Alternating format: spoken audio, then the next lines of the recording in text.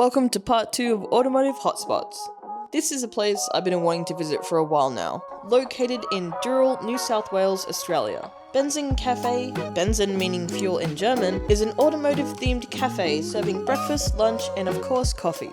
It's a good pit stop off the main road, and you're sure to see some nice cars parked out front too.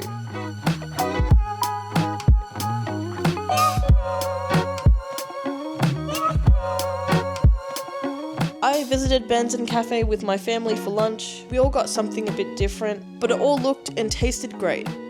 Car and motorcycle decor lined the walls. I personally really like these rooms displayed above our table. They have their own merch and take-home coffee tins, which I thought were super cool. The staff were also very friendly and welcoming. I'm keen to come back. If there's anywhere else you think I should check out, let me know in the comments. I love places like this. Like and follow for more automotive hotspots. Thanks for watching, everyone.